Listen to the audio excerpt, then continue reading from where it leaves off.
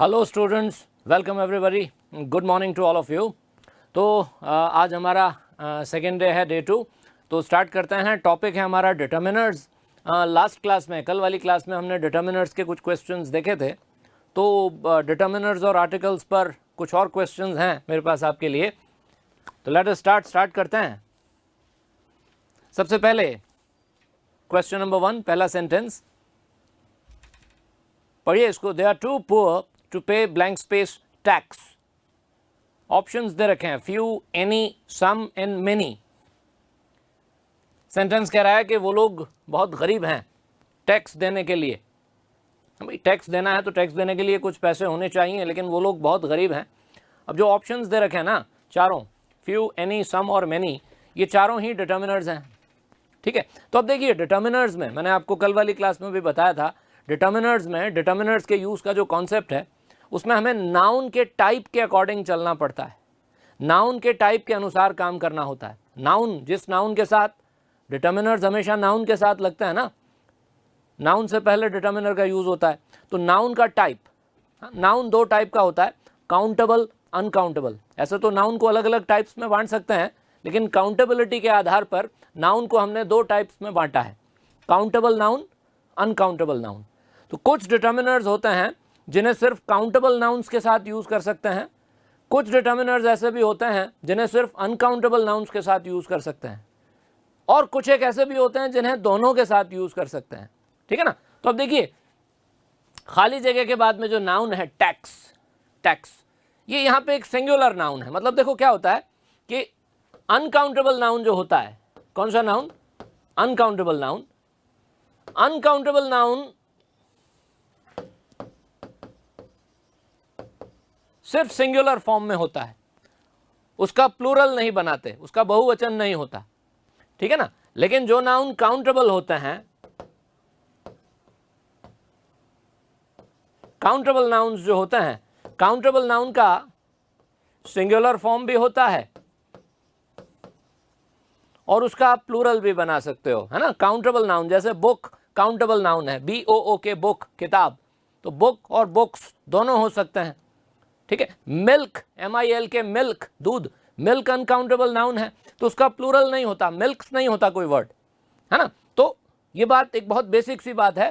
Countable noun singular plural दोनों forms में हो सकता है, जबकि अनकाउंटेबल नाउन जो है वो सिर्फ सिंगुलर फॉर्म में ही होता है ना। तो ये जो पहला ऑप्शन दे रखा है ना, फ्यू, फ्यू संख्या बताता है, फ्यू शोज नंबर। फ्यू से क्या बताते हैं हम? संख्या। संख्या किसकी होती है? काउंटेबल नाउन की। अनकाउंटेबल नाउन की थोड़ी ना होती है संख्या। तो ऑप्शन ए और ऑप्शन डी, फ्यू और मेनी, ये जो दो डिटर्मिनर्स हैं, कौन से? फ्यू और मेनी, इन्हें हमेशा प्लूरल नाउन्स के साथ यूज करते हैं। कैसे नाउन्स के साथ? फ्यू और मेनी के बाद आने वाला नाउन प्लूरल होना चाहिए। ठीक है। Both these determiners are used with plural nouns, plural nouns. जैसे few books, many books, few days, many days.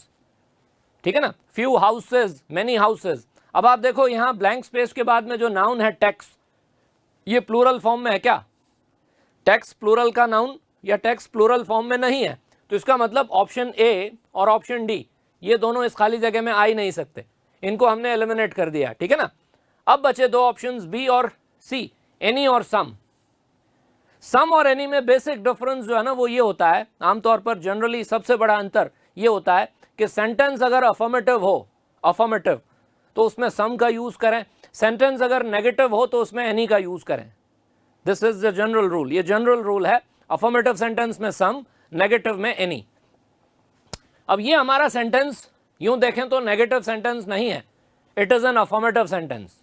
ये एक अफर्मेटिव सेंटेंस है। लेकिन कभी कभी क्या होता है कि आपका सेंटेंस तो अफर्मेटिव होता है, आपका सेंटेंस अफर्मेटिव होता है, लेकिन उसमें जो बात आपने कही होती है उसका मीनिंग नेगेटिव होता है, उसका अर्थ नेगेटिव होता है ना। तो अगर सेंटेंस अफर्मेटिव हो और उसका अर्थ, उसका मीनिंग नेगेटिव हो, तो उसमें एनी का यूज होना चाहिए, सम का नहीं। अगर आपका affirmative sentence negative sense convey कर रहा है तो उसमें आप सम का यूज नहीं करते हैं, उसमें आप एनी का यूज करते हैं। अब देखिए सेंटेंस को, ये सेंटेंस कह रहा है कि वो लोग इतने गरीब हैं कि बिल्कुल कुछ भी टैक्स नहीं दे सकते, इतने पैसे भी उनके पास नहीं है कि वो थोड़ा सा टैक्स पे करें, तो टैक्स पे करने के लिए वो लोग बहुत गरीब हैं। यानी सेंटेंस में जो बात आप कह रहे हो है ना, वो नेगेटिव मीनिंग है उसका। सेंटेंस अफर्मेटिव, मीनिंग नेगेटिव, तो इसमें आप एनी यूज करेंगे, सम नहीं। ऑप्शन बी इसका आंसर होगा। They are too poor to pay any tax, they are too poor to pay any tax. Very good, बहुत बढ़िया, सबके आंसर जो हैं वो सही आ रहे हैं। तो अब ये इसको ऐसे याद रख लो, ये टू TOO और ये टू इन्फिनेटिव वाला टू है ना, इनका यूज अगर हम अफर्मेटिव सेंटेंस में करते हैं, किसका, टू का, तो वो अफर्मेटिव सेंटेंस जो होता है ना उसका सेंस नेगेटिव हो जाता है, फिर उसमें फिर सम नहीं, उसमें फिर एनी आता है ना। जैसे देखो ये सेंटेंस,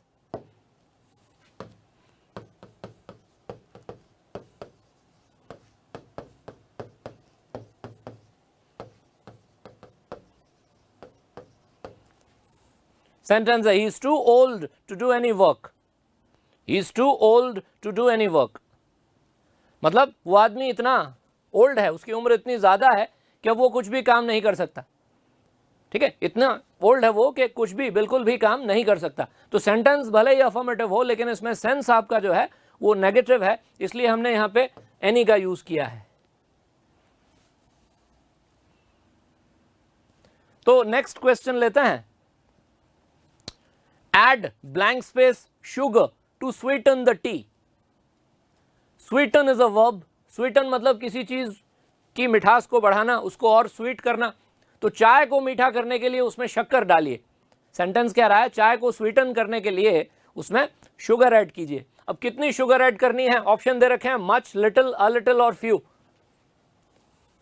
है ना। अब देखो फ्यू तो आएगा नहीं, क्योंकि अभी मैंने बताया था फ्यू के साथ हमेशा प्लूरल नाउन आता है।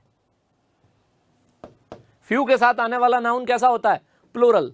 शुगर कैसा नाउन है, शुगर तो अनकाउंटेबल नाउन है ना, मटीरियल नाउन है। मटीरियल नाउन अनकाउंटेबल होते हैं, पदार्थों के नाम, मटीरियल्स के नाम, मटीरियल नाउन्स जो होते हैं दे आर अनकाउंटेबल, उनका प्लूरल नहीं होता, है ना। तो इसलिए शुगर के साथ फ्यू का यूज नहीं कर सकते।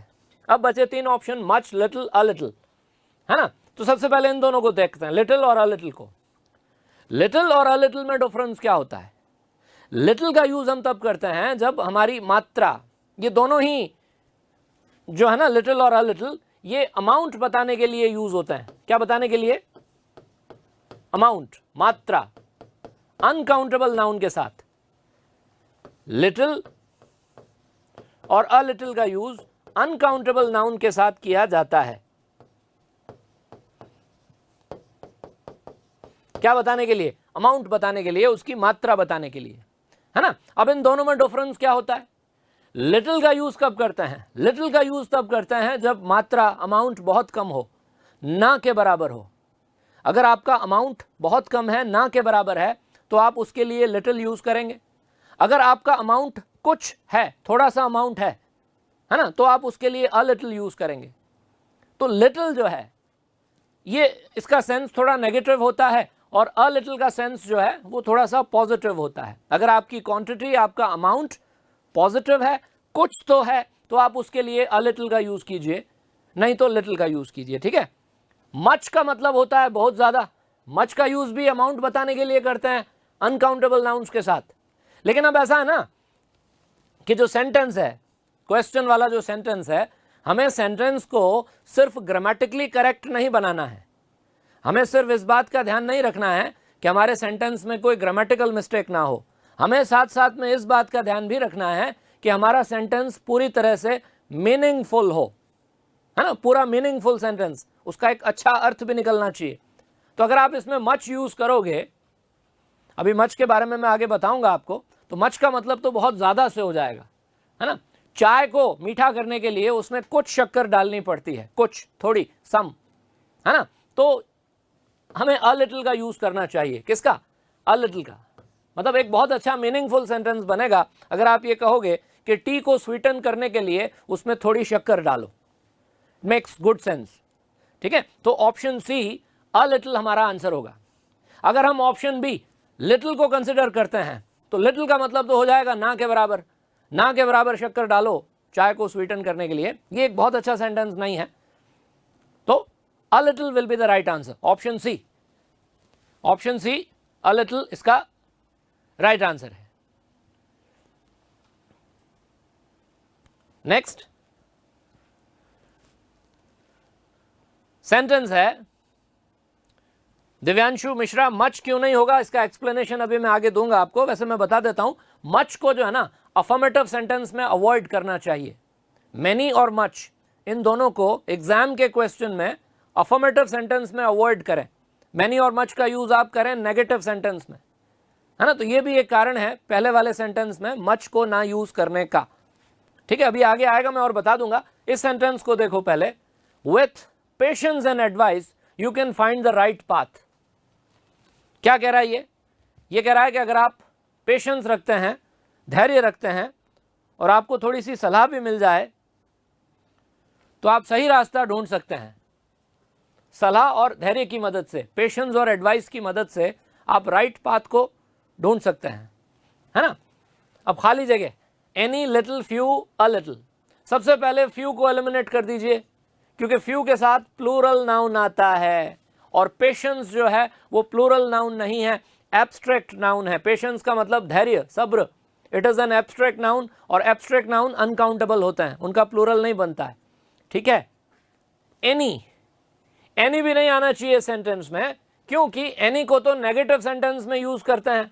ये सेंटेंस कहीं से भी नेगेटिव नहीं है, और ना ही इसका मीनिंग नेगेटिव है। ये तो बहुत अच्छी बात कह रहा है कि आप थोड़ा पेशेंस रखोगे और थोड़ी सी आपको सलाह मिल जाए अगर, तो आप राइट पाथ को यानी सही रास्ते को ढूंढ लोगे, है ना। तो अब बचे दो ऑप्शंस, लिटिल और अ लिटिल, है ना। तो लिटिल और अ लिटिल में तो बड़ी आसानी से हम बता सकते हैं, थोड़ा सा पेशेंस, थोड़ा सा एडवाइस, थोड़ी सी सलाह मिल जाए, थोड़ा सा धैर्य रख लें, तो you can find the right path, यही कहेंगे, है ना। तो इसके लिए फिर ऑप्शन डी होना चाहिए, अ लिटिल, क्योंकि लिटिल का मतलब तो फिर नहीं से होता है, ना के बराबर। ना के बराबर पेशेंस रखेंगे, ना के बराबर एडवाइस मिलेगी, तो आपको राइट पाथ कैसे मिलेगा, नहीं मिलेगा, है ना। तो option D should be the right answer, a little. A little का मतलब होता है some, a little is same as some. आप अ लिटिल की जगह सम यूज कर सकते हैं, सम की जगह अ लिटिल यूज कर सकते हैं। नेक्स्ट सेंटेंस है, there aren't job opportunities in small towns. There aren't, देखो ये क्या लिखा है, आंट। आंट क्या होता है, are plus not, are not को शॉर्ट फॉर्म में ऐसे लिखते हैं, आंट। दैट मीन्स कि ये जो सेंटेंस है ये नेगेटिव सेंटेंस है। देखो डिटर्मिनर्स के क्वेश्चन में कौन सी चीजें मैटर करती हैं, मैं दोहरा देता हूं एक बार फिर। अगर सवाल डिटर्मिनर्स का है तो उसमें एक तो नाउन का टाइप मैटर करता है, नाउन किस प्रकार का है, काउंटेबल या अनकाउंटेबल। काउंटेबल है तो सिंगुलर है या प्लूरल, ये चीज मैटर करती है। और दूसरा मैटर करता है सेंटेंस का टाइप। कई बार सेंटेंस का टाइप जो है उसे देखकर फिर हमें आंसर तक पहुंचना होता है, सेंटेंस अफर्मेटिव है या नेगेटिव, इसका भी ध्यान हमें रखना होता है। तो ये जो गिवन सेंटेंस है ना, ये नेगेटिव सेंटेंस है, it is a negative sentence, ठीक है ना। तो नेगेटिव सेंटेंस में देखो सम नहीं आता, सबसे पहले तो सम को हम कहां यूज करेंगे, अफर्मेटिव सेंटेंस में, और ये सेंटेंस नेगेटिव है। तो सबसे पहला काम ये करो, चार ऑप्शंस में से जो ऑप्शन आपको लगे कि ये तो एकदम गलत है, इस सेंटेंस में फिट नहीं होता, उसको तो तुरंत आप हटा दो, एलिमिनेट कर दो, ताकि आप कंफ्यूज नहीं होंगे बार बार उस गलत ऑप्शन को पढ़कर।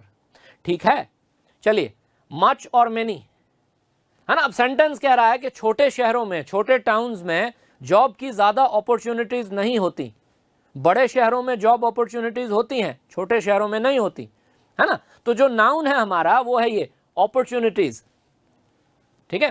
अपॉर्चुनिटीज प्लूरल नाउन है, तो प्लूरल नाउन है ना, तो प्लूरल नाउन के साथ मच नहीं आता कभी भी। मच के साथ हमेशा अनकाउंटेबल नाउन आएगा। कौन सा नाउन आएगा, uncountable noun. Much is used with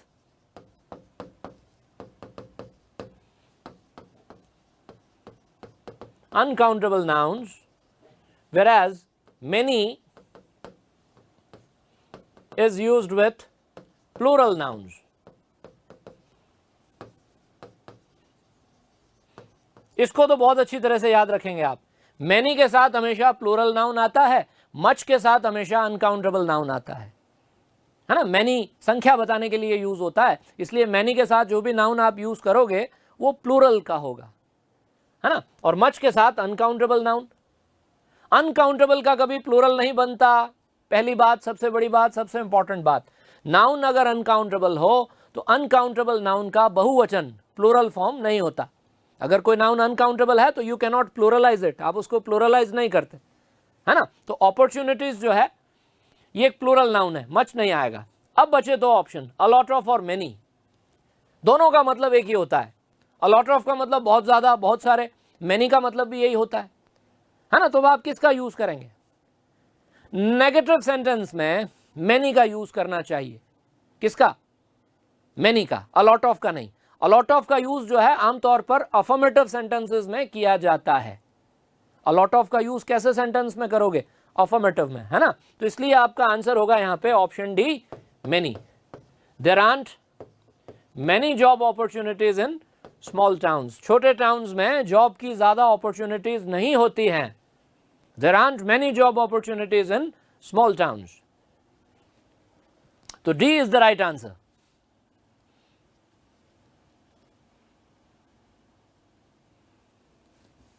ठीक है ना। तब देखो, मैनी और मच में अंतर आपको पता चल गया। मैनी प्लूरल नाउन्स के साथ आएगा, मच अनकाउंटेबल नाउन्स के साथ। मैनी का यूज आप नंबर बताने के लिए करते हो, संख्या बताने के लिए।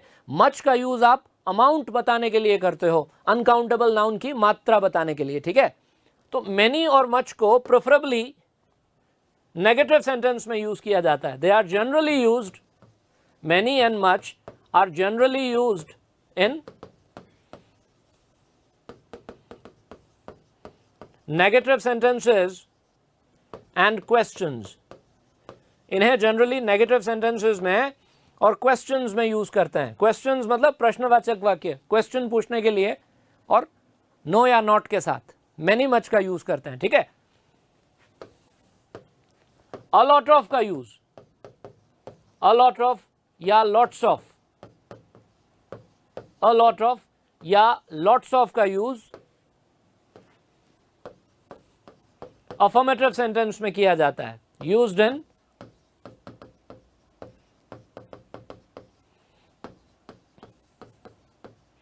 Affirmative sentences with both countable and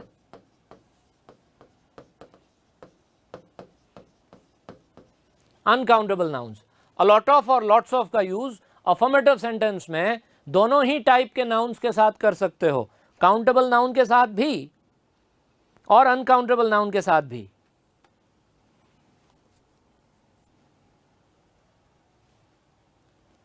है ना। मतलब मेनी और मच दोनों की जगह आप अलॉट ऑफ का यूज कर सकते हो। ठीक है। तो हमारा ये जो सेंटेंस था ना, ये नेगेटिव सेंटेंस था, इसलिए हमने इसमें मेनी का यूज किया। अगर ये का ये सेंटेंस अफर्मेटिव होता, सपोज ये सेंटेंस होता, there are blank space job opportunities in big cities, in big cities, और इसके लिए ये दो ऑप्शन होते, मैनी और अ लॉट ऑफ, तो क्या करते? अब ये सेंटेंस कुछ और कह रहा है। अब ये सेंटेंस कह रहा है कि बड़े शहरों में जॉब अपॉर्चुनिटीज ज्यादा होती हैं, बिग सिटीज में, बड़े शहरों में जॉब की ज्यादा अपॉर्चुनिटीज होती हैं। ये एक अफर्मेटिव सेंटेंस है। ठीक है ना। तो अफर्मेटिव सेंटेंस में फिर आप यूज कीजिए किसका? a lot of का। there are a lot of job opportunities in big cities। Affirmative में a lot of, नेगेटिव में many। इसको ऐसे याद रख लो। वेरी गुड, बहुत अच्छे।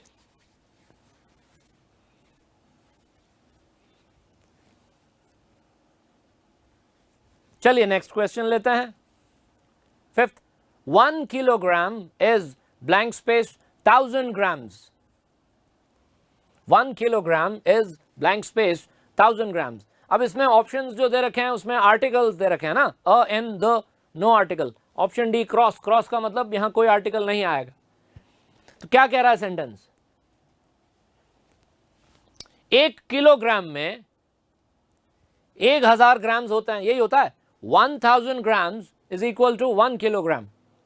1 किलोग्राम में ग्राम कितने होते हैं? 1000। ठीक है, तो बात हमें करनी है 1 की, 1 की, 1, 1। तो आपको यह बात पता होनी चाहिए कि 1 की संख्या बताने के लिए हम इनडेफिनेट आर्टिकल का यूज भी करते हैं। किसी भी चीज की अगर आपको 1 की संख्या बतानी है ना, आपको कहना है कोई भी चीज 1 है, जैसे आपको कहना है एक सवाल, 1 question, I will ask you 1 question, मैं आपसे एक सवाल पूछूंगा। तो 1 क्वेश्चन की जगह आप कह सकते हो a question, I will ask you a question. A question means 1 question. तो 1 के प्लेस पर, 1 के स्थान पर हम अ या एन का यूज कर सकते हैं। ठीक है ना। तो अब यहां पे द का यूज तो होगा नहीं, क्योंकि द, THE, द का मतलब 1 से नहीं होता कभी भी। 1 के प्लेस पर डेफिनेट आर्टिकल यूज नहीं करते, इनडेफिनेट आर्टिकल यूज करते हैं। ठीक है ना। तो अब 2 ऑप्शन है, अ और एन, तो आप अ का यूज करेंगे, ऑप्शन बी। क्योंकि एन तब यूज होता है जब वो वर्ड जो है ना जिसके साथ आर्टिकल लग रहा है उसका प्रोनाउंसिएशन, उसका उच्चारण वोवल साउंड से स्टार्ट हो। अगर आपके वर्ड का प्रोनाउंसिएशन वोवल साउंड से स्टार्ट होता है, स्वर से, तो उसके साथ एन यूज करते हैं। ठीक है ना। अब ये जो वर्ड है 1000, इसका प्रोनाउंसिएशन तो कॉन्सोनेंट से स्टार्ट हो रहा है, तो इसलिए अ का यूज करेंगे। 1000 ग्राम्स, 1 किलोग्राम इज 1000 ग्राम्स। तो ऑप्शन बी इसका राइट आंसर है।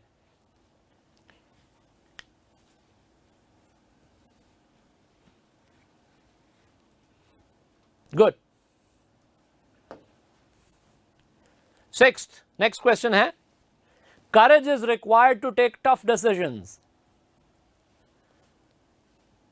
Courage is required to take tough decisions. Tough decisions लेने के लिए, मुश्किल फैसले लेने के लिए हिम्मत की जरूरत होती है, साहस की जरूरत पड़ती है, करेज की।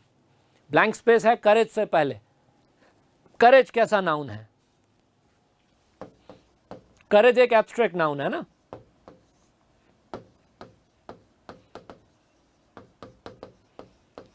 The word courage is an abstract noun, भाववाचक संज्ञा है, ये क्वालिटी का नाम है, एब्स्ट्रैक्ट नाउन है ये। ठीक है। और एब्स्ट्रैक्ट नाउन्स जो होते हैं वो अनकाउंटेबल होते हैं। इस बात को तो आपको याद रखना पड़ेगा। मटीरियल नाउन और एब्स्ट्रैक्ट नाउन, ये जो 2 टाइप है नाउन के, कौन कौन से? मटीरियल नाउन, पदार्थों के नाम, और एब्स्ट्रैक्ट नाउन, भाववाचक संज्ञा, ये दोनों अनकाउंटेबल होते हैं। कैसे होते हैं? अनकाउंटेबल। तो करेज इज एन अनकाउंटेबल नाउन, है ना। तो अब ऑप्शंस को देख लीजिए एक बार। लिटिल तो नहीं आना चाहिए, क्योंकि लिटिल का मतलब तो होता है ना के बराबर, तो मीनिंगफुल सेंटेंस नहीं होगा। अगर आप लिटिल यूज करोगे तो इसका बड़ा अजीब सा मतलब निकलेगा कि बहुत कम हिम्मत चाहिए टफ डिसीजंस लेने के लिए। हकीकत तो यह है कि टफ डिसीजंस लेने के लिए बहुत ज्यादा हिम्मत की जरूरत पड़ती है ना। ज्यादा की बात करनी है, कम की नहीं। तो एनी को भी हटा दो। अब बचे 2 ऑप्शन, मच और अ लॉट ऑफ। तो अभी थोड़ी देर पहले हमने क्या पढ़ा था कि सेंटेंस अगर अफर्मेटिव हो तो उसमें प्रेफरेबली अ लॉट ऑफ का यूज करना चाहिए। सेंटेंस अगर नेगेटिव हो तो उसमें मच यूज करना चाहिए, है ना। तो ये जो सेंटेंस है ये नेगेटिव सेंटेंस है क्या कहीं से? बिल्कुल नहीं है। ये तो एक अफर्मेटिव सेंटेंस है, तो इसमें यूज करेंगे किसका? अ लॉट ऑफ का। हम कहेंगे a lot of courage is required to take tough decisions. Tough decisions लेने के लिए बहुत ज्यादा हिम्मत की, साहस की जरूरत पड़ती है। तो option D, a lot of, will be the right answer. ठीक है, बहुत बढ़िया। डी जिनके आंसर आ रहे हैं सबके सही हैं एकदम। Pankaj, Aarti, Pooja, your answers are right.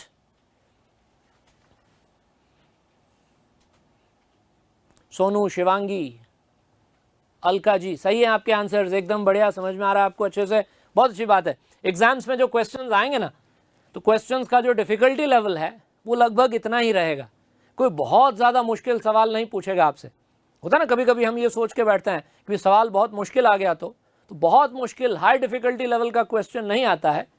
Generally concept based सवाल आते हैं, ठीक है, आपका नॉलेज, आपका कॉन्सेप्चुअल नॉलेज जो है उसको टेस्ट करने के लिए, है ना। तो इस तरीके से ये जो मैं बता रहा हूँ ना आपको कि 4 ऑप्शंस में से पहले आप एक एक करके जो ऑप्शन आपको लगे कि गलत है उसको एलिमिनेट करते जाओ, हटाते जाओ, तो आपका आंसर गलत नहीं होगा, आप सही आंसर दे के आओगे, इस बात के चांसेस ज़्यादा रहेंगे फिर। चलिए नेक्स्ट क्वेश्चन लेते हैं, आगे बढ़ते हैं। Aeroplane was invented by the Wright brothers. Aeroplane का आविष्कार राइट ब्रदर्स ने किया था, ठीक है। एरोप्लेन का आविष्कार, इन्वेंशन, इन्वेंशन क्या होता है? आविष्कार। कोई भी चीज अगर किसी ने उसका आविष्कार किया था, किसी ने उसको इन्वेंट किया था, तो आप उस इन्वेंशन के नाम से पहले द का, डेफिनेट आर्टिकल का यूज करते हैं, है ना। किसका यूज करते हैं? Definite article. डेफिनेट आर्टिकल किसको कहते हैं? THE द को, है ना। तो इसको याद रखना है, THE the definite article is used before the names of inventions, before the names of inventions. Inventions के नाम से पहले हम द का यूज करते हैं। अब इस सेंटेंस में हम खुद ही कह रहे हैं कि भाई हवाई जहाज एक आविष्कार है और इसका आविष्कार, इसका इन्वेंशन राइट ब्रदर्स ने किया था, तो उसको इन्वेंशन की तरह देख रहे हो एरोप्लेन को, इसलिए एरोप्लेन के साथ आप THE का यूज करेंगे। The aeroplane was invented by the Wright brothers. Option C. The aeroplane was invented by the Wright brothers.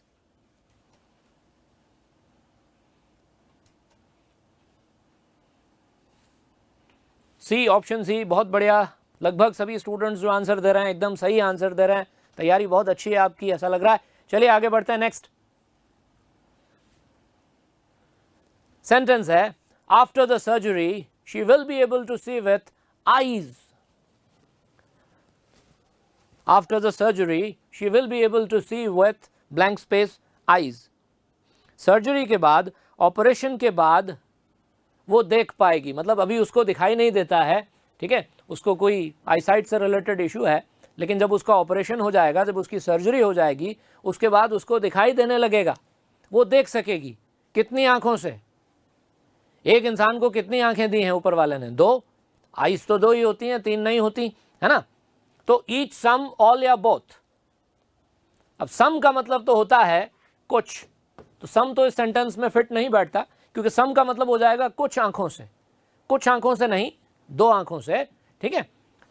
All भी नहीं आना चाहिए, क्योंकि ऑल का जो यूज है ना, अगर ऑल का यूज संख्या बताने के लिए कर रहे हो, ऑल एक ऐसा डिटर्मिनर है जो काउंटेबल और अनकाउंटेबल दोनों नाउन के साथ, दोनों टाइप के नाउन्स के साथ यूज होता है। ऑल का यूज अमाउंट बताने के लिए भी कर सकते हो, नंबर बताने के लिए भी। आप कह सकते हो ऑल द बुक्स, आप कह सकते हो ऑल द मिल्क। मिल्क और बुक्स दोनों के साथ ऑल आ सकता है, ठीक है। लेकिन पॉइंट ये है, इंपॉर्टेंट पॉइंट ये है कि ऑल का यूज अगर आपको नंबर बताने के लिए, संख्या बताने के लिए करना है, तो कम से कम 3 की संख्या हो तब ऑल यूज करते हैं। 2 चीजों के लिए ऑल यूज नहीं करते, याद रखना इस बात को। ऑल के लिए कम से कम कितनी चीजें होनी चाहिए? कम से कम 3। आंखें तो 2 ही होती हैं। ऑल का मतलब क्या होता है? सारे, सभी, सारी आंखों से देख सकेगी वो, ये तो नहीं कहेंगे दोनों आंखों से देख सकेगी। तो all is used to talk about 3 or more things. 3 or more things. All का यूज तब करें जब चीजें 2 से ज्यादा हों। आंखें 2 ही होती हैं, इसलिए ऑल नहीं आ सकता। तो अब बचे 2 ऑप्शन, कौन से? ईच और बोथ। ईच का मतलब प्रत्येक और बोथ का मतलब दोनों, है ना। तो ईच और बोथ में डिफरेंस क्या होता है, देखो ध्यान रखना। ईच को 2 चीजों के लिए यूज कर सकते हैं। You can use each to talk about 2 things. Each का यूज 2 की संख्या के लिए कर सकते हो, लेकिन ईच के साथ जो नाउन आता है ना वो सिंगुलर नाउन होता है, singular countable noun. Each is used with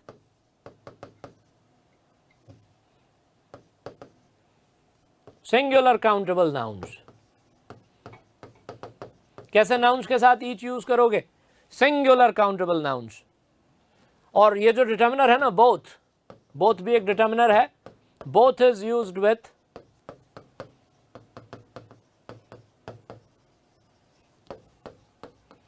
plural nouns. Both के साथ प्लूरल नाउन और ईच के साथ सिंगुलर काउंटेबल नाउन आता है.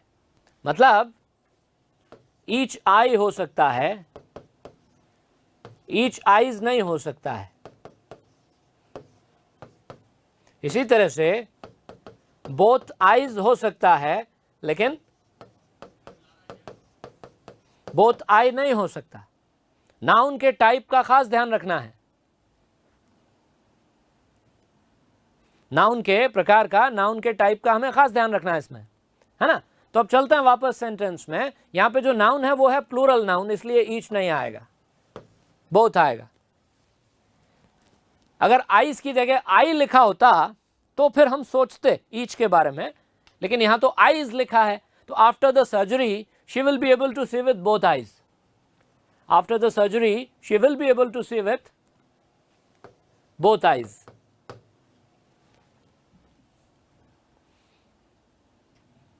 है ना. तो ये तरीका जो मैं बता रहा हूं ना, इस तरीके से आप अगर आंसर तक पहुंचने की कोशिश करोगे तो आपका आंसर गलत नहीं होगा.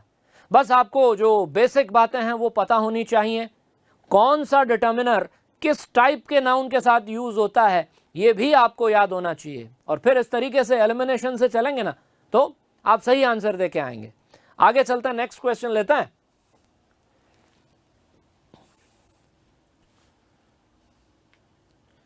She tried to grab it with blank space hands. Grab करना, GRAB, ग्रैब. ग्रैब करना मतलब ऐसे कोई चीज किसी के हाथों से छीन लेना. कोई भी चीज आप ग्रैब करते हो ना तो इस तरह से उसको आप पकड़ते हो, छीनते हो, ग्रैब करना. तो उसने उस चीज को ग्रैब करने की कोशिश की. Blank space hands. Both, either, each, all. अब फिर से देखो नाउन प्लूरल है और एक इंसान के हाथ दो होते हैं, तीन नहीं. तो आप ये कहना चाह रहे हो सेंटेंस में कि उसने उस चीज को अपने दोनों हाथों से ग्रैब करने की कोशिश की, उसने उस चीज को अपने दोनों हाथों से छीनने की कोशिश की, है ना. नाउन प्लूरल है तो ईच नहीं आएगा. ऑल के बारे में मैंने अभी थोड़ी देर पहले बताया आपको. ऑल का यूज तब करें जब कम से कम तीन चीजें हों. हाथ दो होते हैं इसलिए एक इंसान के दो हाथों के लिए ऑल हैंड्स नहीं आ सकता. ठीक है. अब बचे दो ऑप्शन, बोथ और either.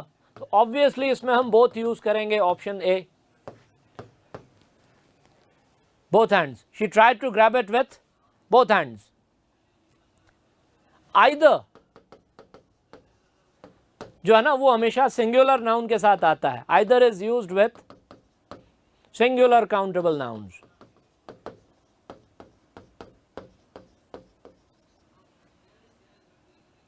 Either is used with singular countable nouns. Either का मतलब लगभग both के जैसा ही है. मीनिंग वाइज either और both में बहुत कम अंतर है. लेकिन यहाँ either हमने इसलिए यूज नहीं किया क्योंकि नाउन हमारा प्लूरल था. हैंड्स either के साथ कभी नहीं आता प्लूरल नाउन. either के साथ नाउन जो आता है वो सिंगुलर काउंटेबल होता है. तो इसलिए हमारा जो आंसर है वो है ऑप्शन ए, बोथ. आगे बढ़ते हैं.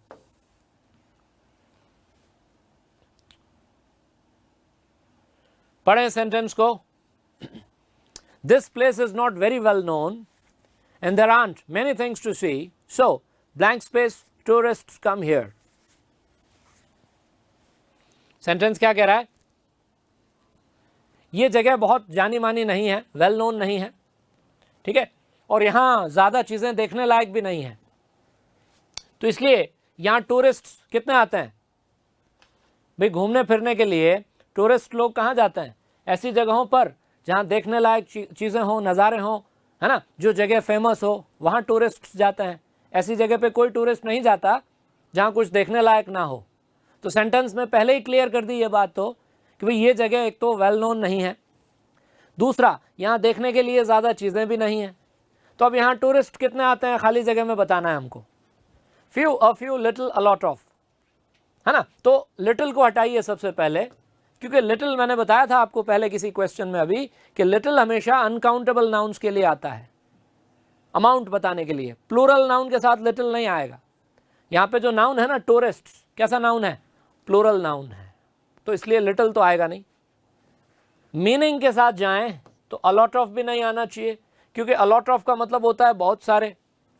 अब पहले आपने उस जगह की बुराई कर दी कि भाई जगह फेमस नहीं है, देखने लायक चीज़ें नहीं हैं, तो बहुत सारे टूरिस्ट तो नहीं आएंगे ना, तो अ लॉट ऑफ नहीं आएगा। अब बचे दो ऑप्शन, फ्यू और अ फ्यू।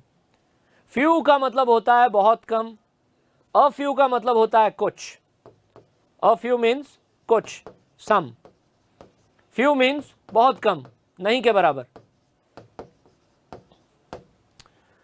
तो अगर हमें एक मीनिंगफुल सेंटेंस बनाना हो तो हमें किसका यूज करना होगा? फ्यू का। Few, option A.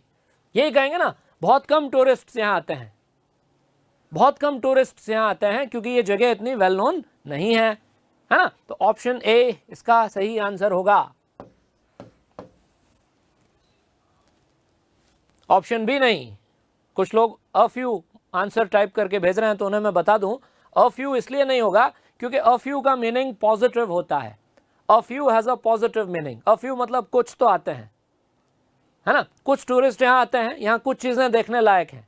अगर ये सेंटेंस होता ना कि यहाँ पर कुछ चीजें देखने लायक हैं इसलिए यहाँ कुछ टूरिस्ट चले आते हैं, तो आप अ फ्यू का यूज करते हैं। आपने उस जगह के बारे में ये कहा कि भाई जगह पॉपुलर नहीं है, फेमस नहीं है, और यहाँ देखने लायक चीजें भी नहीं हैं, तो टूरिस्ट बहुत कम आया करेंगे, इसलिए फ्यू इसका सही आंसर है, ऑप्शन ए। आगे बढ़ते हैं, नेक्स्ट।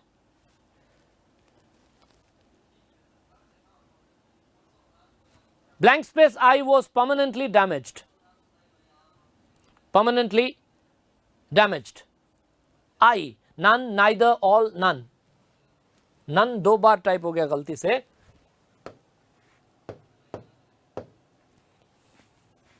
इसको चेंज कर देते हैं।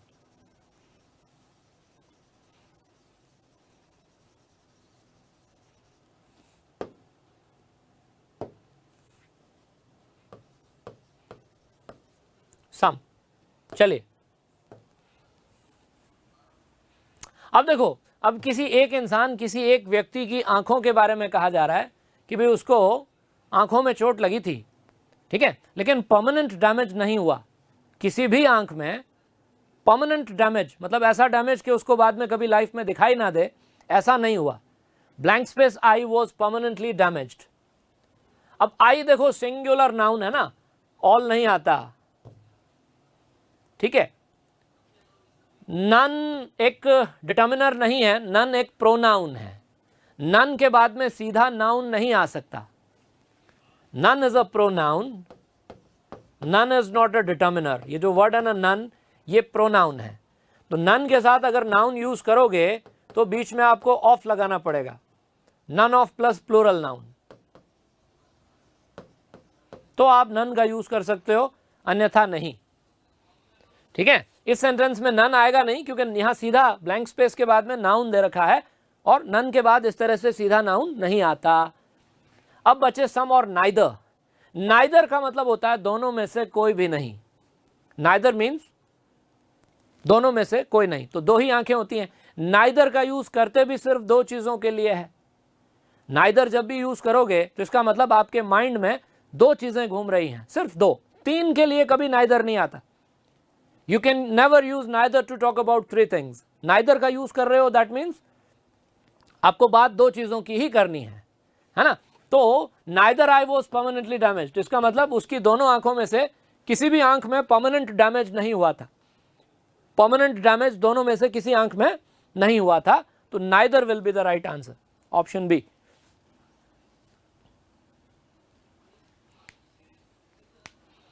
और एक है ना, कुछ स्टूडेंट्स के कमेंट्स को देख के मैं कह रहा हूं कि इसमें ऑप्शन बदल के ये मत सोचो इसकी जगह ये होता तो। लैंग्वेज है इंग्लिश, अभी किसी ने टाइप किया कि ईच होता तो तो होने को तो देखो बहुत कुछ हो सकता है। अंग्रेजी भाषा है, English is a language, language में एक खाली जगह में कई चीजें आ सकती हैं। तो पांचवा ऑप्शन मत लेके आओ अपनी तरफ से, अपने लिए प्रॉब्लम खुद क्रिएट करके ऐसे मत सोचना कभी भी। जो चार ऑप्शन दे रखे हैं ना, उनमें से बताना है कि क्या आएगा, ठीक है ना। तो ज्यादा ओवरथिंक नहीं करना है। आगे बढ़ते हैं नेक्स्ट क्वेश्चन।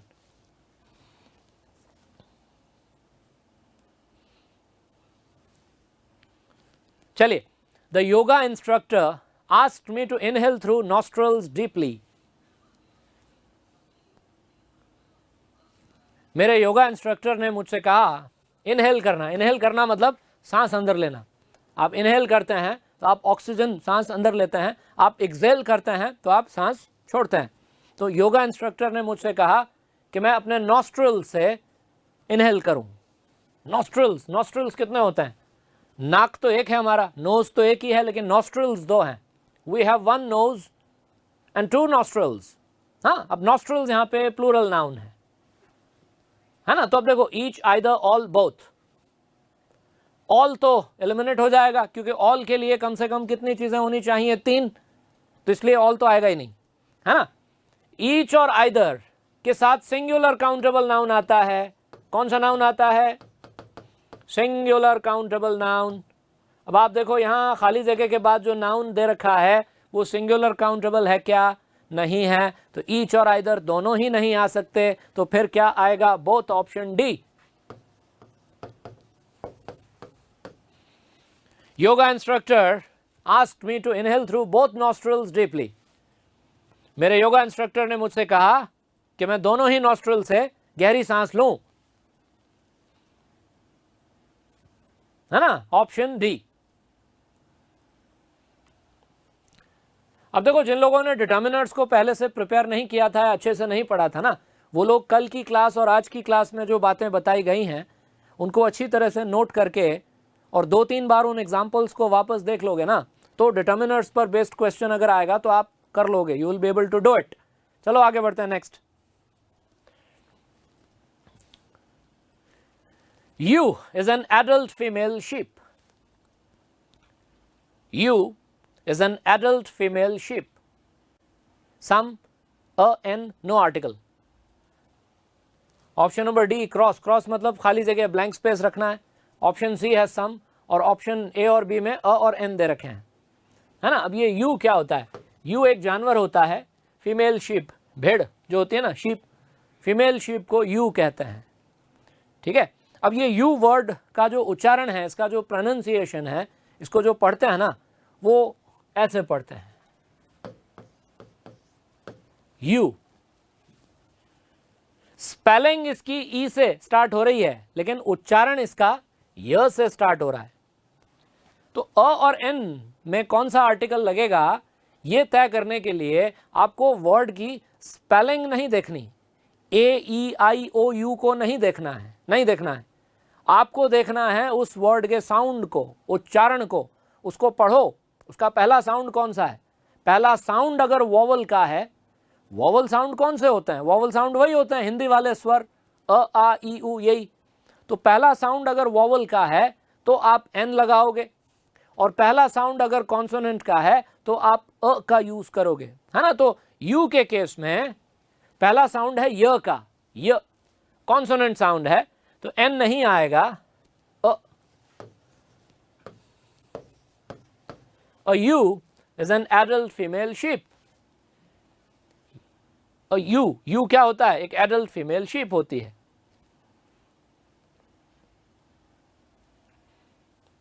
तो ऑप्शन ए, एन नहीं, सम भी नहीं आएगा, क्योंकि सम का मतलब तो फिर वो कुछ संख्या से हो जाएगा। आप कह रहे हो एक यू एक एडल्ट फीमेल शीप होती है, बस सिंपल सा सेंटेंस है।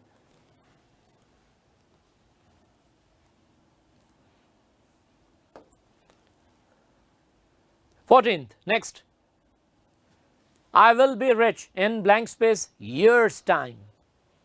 आई will be rich in blank space years time.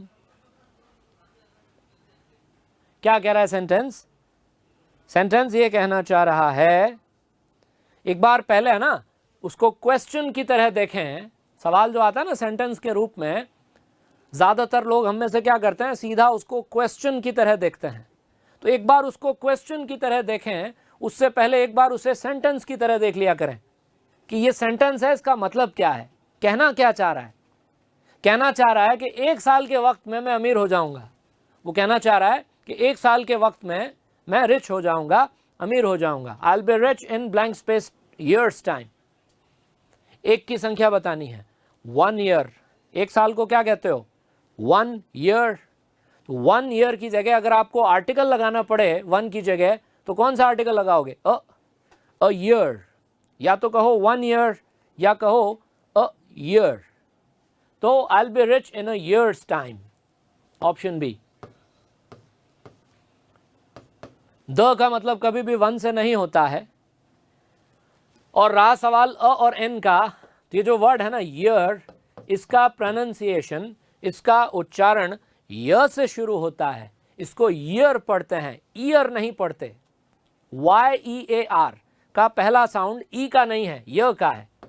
ये ऐसे नहीं है, ईयर नहीं है, ये नहीं, ये क्या है, ईयर। य से पढ़ेंगे इसको। तो क्योंकि पहला साउंड कॉन्सोनेंट का है, इसलिए आप यूज करेंगे किसका, अ का। आई will be rich in a year's time means I will be rich in 1 years time. 1 साल के वक्त में मैं रिच हो जाऊंगा।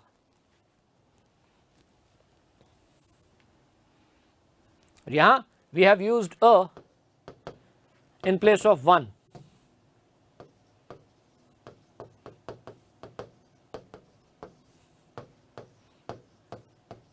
अ का यूज यहां हमने 1 के स्थान पर किया है।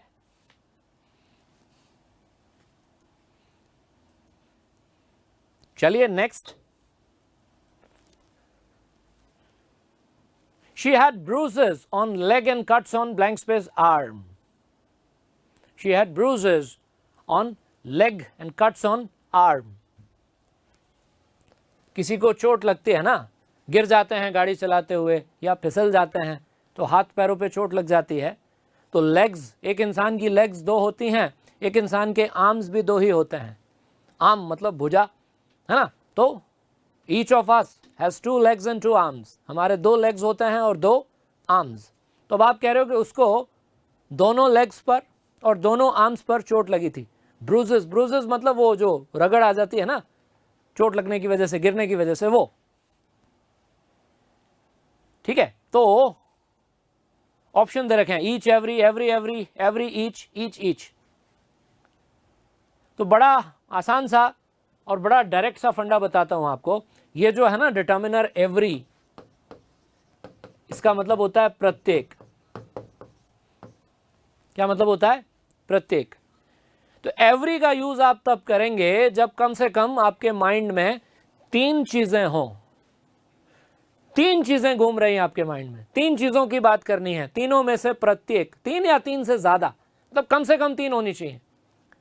To use every you must have at least 3 things in your mind. आपके माइंड में कम से कम कितनी चीजें होनी चाहिए, 3, ठीक है ना। तो 3 या 3 से ज्यादा चीजों के लिए एवरी यूज कर सकते हो, 2 या 2 से ज्यादा चीजों के लिए ईच यूज कर सकते हो, ठीक है। तो every is used to talk about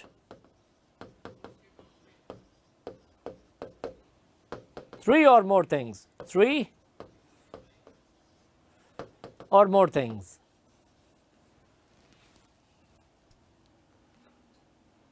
ठीक है।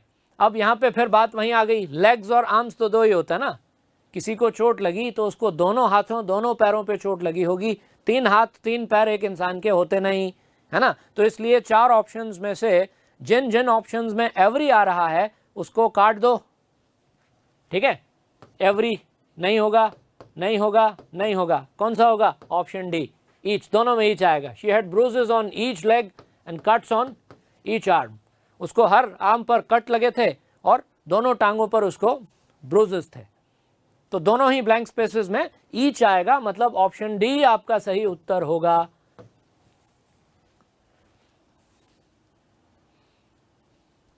ईच को सिंगुलर काउंटेबल नाउन के साथ यूज करते हैं 2 या 2 से ज्यादा चीजों के लिए। 2 चीजों के लिए एवरी नहीं आता, ईच आता है।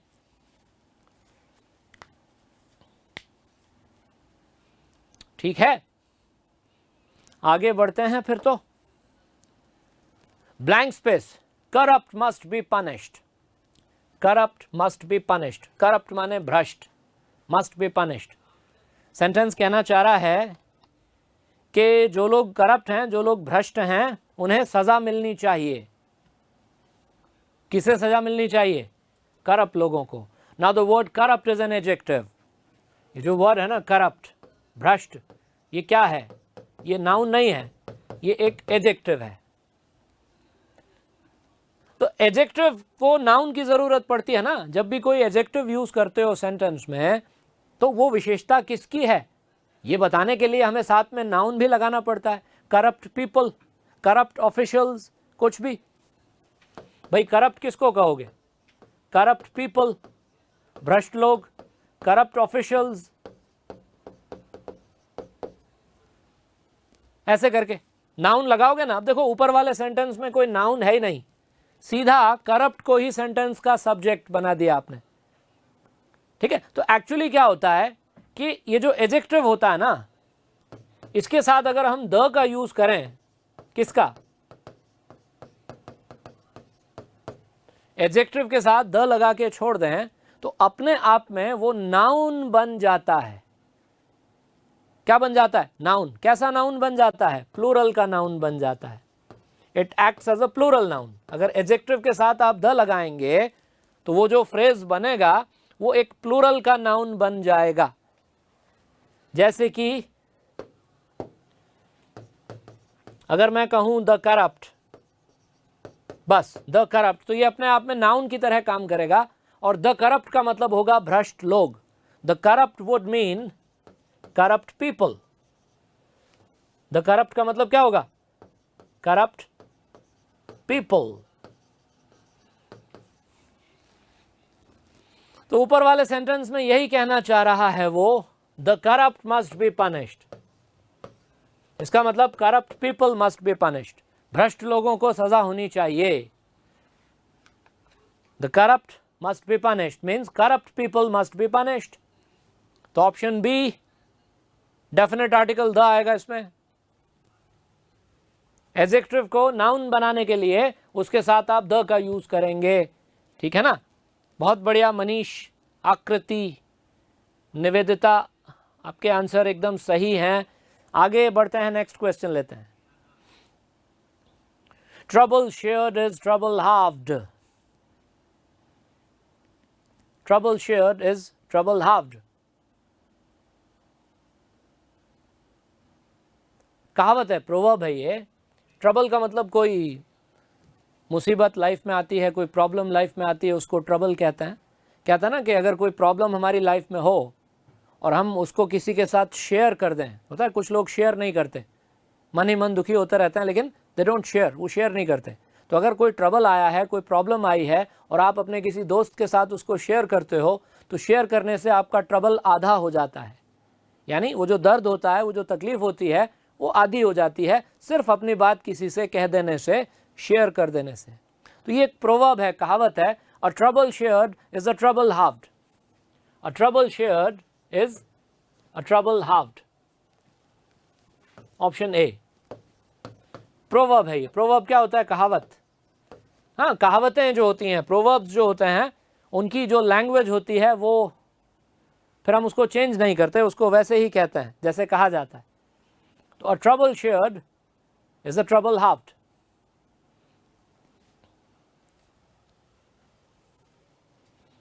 Next, nylon is a man made fibre. Nylon क्या होता है? नायलॉन एक मैन मेड फाइबर है।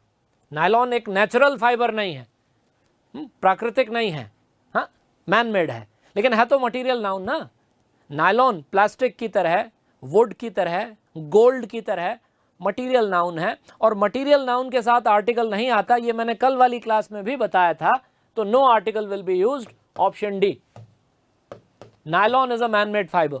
नायलॉन एक मैन मेड फाइबर है, आर्टिकल क्यों नहीं लगाया हमने? क्योंकि नायलॉन एक मटेरियल नाउन है। ठीक है ना? इट्स अ मटेरियल नाउन, और मटेरियल नाउन के साथ में नो आर्टिकल।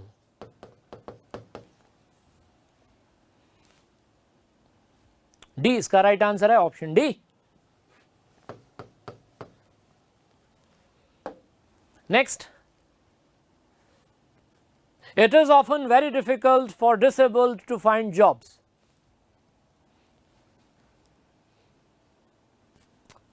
जो लोग डिसेबल्ड हैं उनके लिए नौकरी तलाश करना, जॉब ढूंढना अक्सर मुश्किल काम होता है, बहुत मुश्किल होता है अक्सर उन लोगों के लिए जो डिसेबल्ड हैं, जो दिव्यांग हैं, उनके लिए जॉब्स तलाश करना। It is often very difficult for disabled to find jobs. अब ये जो है ना डिसेबल्ड, ये एक एडजेक्टिव है, ये बिल्कुल वैसा ही एग्जाम्पल है जो अभी आया था ना, the corrupt must be punished. तो यहां पे डिसेबल्ड के साथ अगर आप द लगा देंगे ना, तो द डिसेबल्ड का मतलब होगा डिसेबल्ड लोग, disabled people.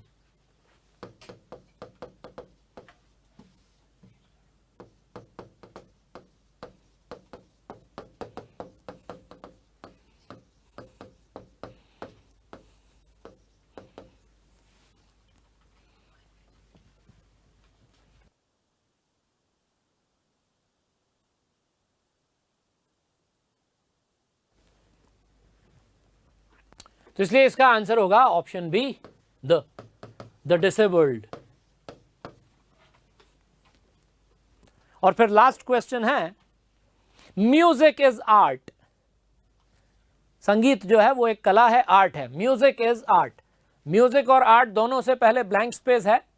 Music common noun है, इसको जब जनरल सेंस में यूज करते हैं तो म्यूजिक के साथ आर्टिकल नहीं लगाते, लेकिन आपका सेंटेंस कह रहा है कि म्यूजिक एक आर्ट है, ठीक है, म्यूजिक आर्ट है, music is art.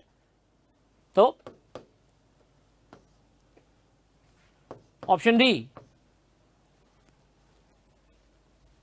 Music is art.